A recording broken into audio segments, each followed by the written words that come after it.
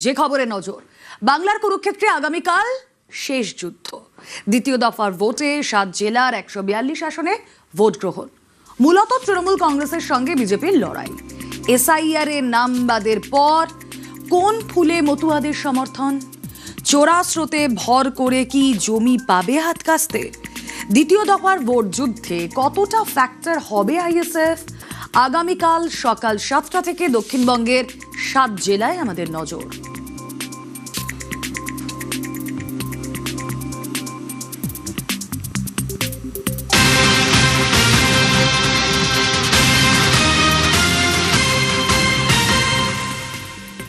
দেখুন, এই দ্বিতীয় দফা বা শেষ দফায় যদি আমরা ভোটের ভরকেন্দ্র হিসেবে দেখি তাহলে অবশ্যই ভবানীপুর। একদিকে তৃণমূল প্রার্থী মমতা বন্দ্যোপাধ্যায়, অন্যদিকে তাঁর প্রতিদ্বন্দ্বী বিজেপি প্রার্থী শুভেন্দু অধিকারী। তাই ভবানীপুরের ভোটে গোটা দেশের নজর। আসুন কথা বলি, রাত পোহালেই যেখানে ভোট সেখানে সম্পর্কে আমাদের প্রতিনিধি আবির ঘোষাল রয়েছেন সঙ্গে। আবির, মিনি ভারত, কারণ বিভিন্ন ভাষাভাষী মানুষের সেখানে বাস। সেখানে দুই ফুলের লড়াই এবং হেভিওয়েট লড়াই, শুভেন্দু অধিকারী ভার্সেস মমতা বন্দ্যোপাধ্যায়। কতটা ভরকেন্দ্র হিসেবে গুরুত্বপূর্ণ এই কেন্দ্র? দেখো, রাজনৈতিক বিশ্লেষকরা বলছেন যে লোকসভা নির্বাচন এবং বিধানসভা নির্বাচনের প্রেক্ষিতটা আলাদা। যখন লোকসভা নির্বাচনকে কেন্দ্র করে দক্ষিণ কলকাতার মধ্যে থাকা ভবানীপুর বিধানসভা কেন্দ্রে রাজনৈতিক দল হিসাবে বিজেপি তাদের যে প্রচার করেছে, সেই প্রচারের ক্ষেত্রে অবশ্যই মিনি ইন্ডিয়ার যে একটা আমেজ, সেটা সেখানে তাদের মধ্যে কাজ করাতে তারা পেরেছেন।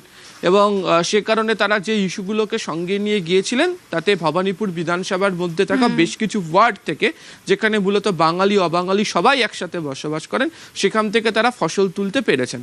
বিধানসভা নির্বাচনের প্রেক্ষিতটা তা নয়। তারা বলছেন যে বিধানসভা নির্বাচন মানে বিশেষত কলকাতার মধ্যে থাকা যে বিধানসভা কেন্দ্রগুলো রয়েছে, সেখানে দাঁড়িয়ে সহজে বিধায়কের কাছে পৌঁছতে পারা যাবে এবং বহুদিন ধরে তাকে চেনেন, এই অংশটা ভীষণ রকমভাবে কাজ করেন। দ্বিতীয়ত, ভবানীপুরের মতো জায়গাতে ভরকেন্দ্র হলো এটা ঠিক যে বহু বছর ধরে ভবানীপুরের অলিগলি গোটা বিধানসভা জুড়ে, একদম 63 নম্বর থেকে শুরু করে আমরা যদি দেখি চেতলা খিদিরপুরের কাছাকাছির মতো জায়গা, ভবানীপুরের বেশ কিছু বর্ধিষ্ণু জায়গা, তার সবকটা জায়গাতেই প্রত্যেকেই মমতা বন্দ্যোপাধ্যায়কে চেনেন এবং মমতা বন্দ্যোপাধ্যায় তাদের সঙ্গে সারা বছর ধরে তাদের সংযোগ রয়েছে রাজনৈতিক সম্পর্কের বাইরে বেরিয়ে। যদিও ব্যক্তি শুভেন্দু অধিকারী সেখানে লড়তে আসা, বিজেপির প্রতীকে সেখানে লড়তে আসা, সেখানে তিনি মানুষের কাছে রাজনৈতিক নেতা হিসেবে যেভাবে পৌঁছচ্ছেন, সেখানে মমতা বন্দ্যোপাধ্যায়ের যে কারণে ঘরের মেয়ে ইমেজকে তারা ব্যবহার করে তৃণমূল কংগ্রেসের তরফ থেকে প্রচারে তারা বারবার ধরে তুলে ধরার চেষ্টা করছে। আর তৃতীয়ত, অবশ্যই এই দুইয়ের রাজনৈতিক লড়াইয়ের ক্ষেত্রে দেখতে পাওয়া গিয়েছে যে কে কোন রাজনৈতিক কৌশলকে ব্যবহার করে গত কয়েকদিনে প্রচার করতে পেরেছেন। আমরা প্রথম থেকেই দেখেছি যে শুভেন্দু অধিকারী একাধিকবার যখন ভবানীপুরে সময় কাটিয়েছেন, তখন একদম শেষ লগ্নে গোটা রাজ্য থেকে প্রচার সেরে এসে মমতা বন্দ্যোপাধ্যায় তার নিজের কাছে গেছেন, মিছিল করেছেন, কয়েকটি সভা করেছেন এবং প্রত্যেকটা জায়গাতেই তিনি এখানকার মানুষের সঙ্গে কতটা পরিচিত সেই আবেগকে তিনি উস্কে দেওয়ার চেষ্টা করেছেন। ফলে এই লড়াইটা রাজনীতির লড়াইয়ের জায়গায় দাঁড়িয়ে রয়েছে এখানে। আর শেষ করব যেটা দিয়ে, সেটা হচ্ছে দুই রাজনৈতিক দলের কাছে কালকে সব থেকে বেশি চ্যালেঞ্জ থাকবে এই ভবানীপুরের মধ্যে থাকা 3টে ওয়ার্ড বিশেষত রয়েছে। তুমি মিনি ইন্ডিয়ার কথা যেহেতু বললে, সে কারণেই বলবো। এক তো হচ্ছে এই অবাঙালি ভোটারদের একটা অংশকে, আর দ্বিতীয়ত হচ্ছে প্রচুর বহুতল রয়েছে, সেই বহুতলের ভোটাররা কতটা ভোট দিতে আসছেন। কারণ অতীতে বেশ কতগুলো নির্বাচনের ক্ষেত্রে ভোটারদের না আসার কারণে সমস্ত রাজনৈতিক দলের মধ্যে এটা চাপা উত্তেজনা তৈরি হয়েছিল, পরবর্তী সময় নানা আবেদনও করতে হয়েছিল।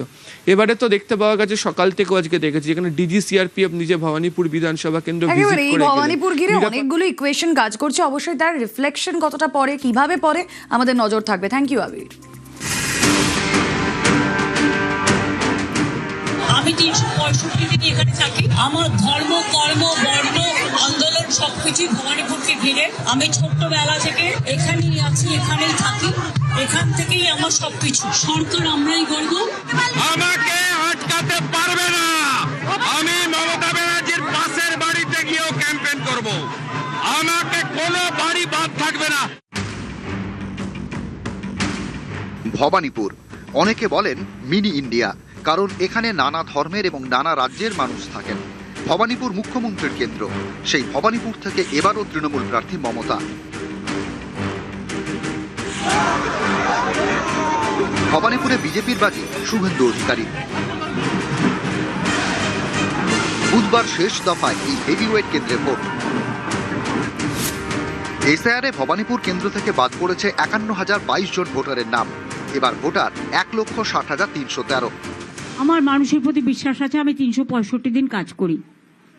দুর্গা পুজো থেকে শুরু করে, কালী পুজো থেকে শুরু করে, গুরুদ্বারা থেকে শুরু করে, মানস্তম্ভ থেকে শুরু করে, ঈদ থেকে শুরু করে আমি সব কটা দায়িত্ব এবং দায়বদ্ধতা সারা বছর 365 দিন ধরে পালন করি। আমার কাছে এটা একদিনের লড়াই নয়, 365 দিন মানুষের সাথে থাকি।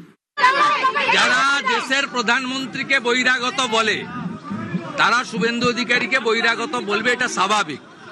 আমার বাড়ির লোক স্বাধীনতা সংগ্রামী ছিলেন, ব্রিটিশের জেলে ছিলেন, লেট বিপিন অধিকারী। আমার সার্টিফিকেট এই ছিন্নমূল তোলামূলকে দিতে হবে না।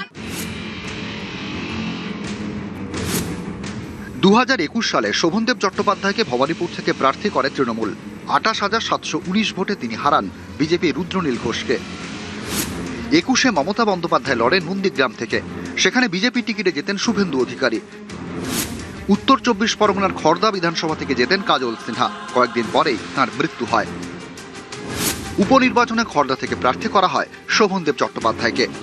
আর ভবানীপুর উপনির্বাচনে লড়েন মমতা বন্দ্যোপাধ্যায়। বিজেপি প্রার্থী প্রিয়াঙ্কা টিবরিওয়ালকে রেকর্ড ভোটে হারান। 2021 সালে মমতা জেতেন 58,835 ভোটে। 2024 সালে লোকসভা ভোটে ভবানীপুর থেকে 8,297 ভোটে লিড পায় তৃণমূল।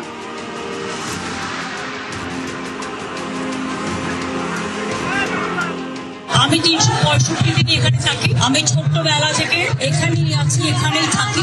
সরকার আমরাই করব। পুলিশকে মিসইউজ করবেন না, বলে গেলাম আমি।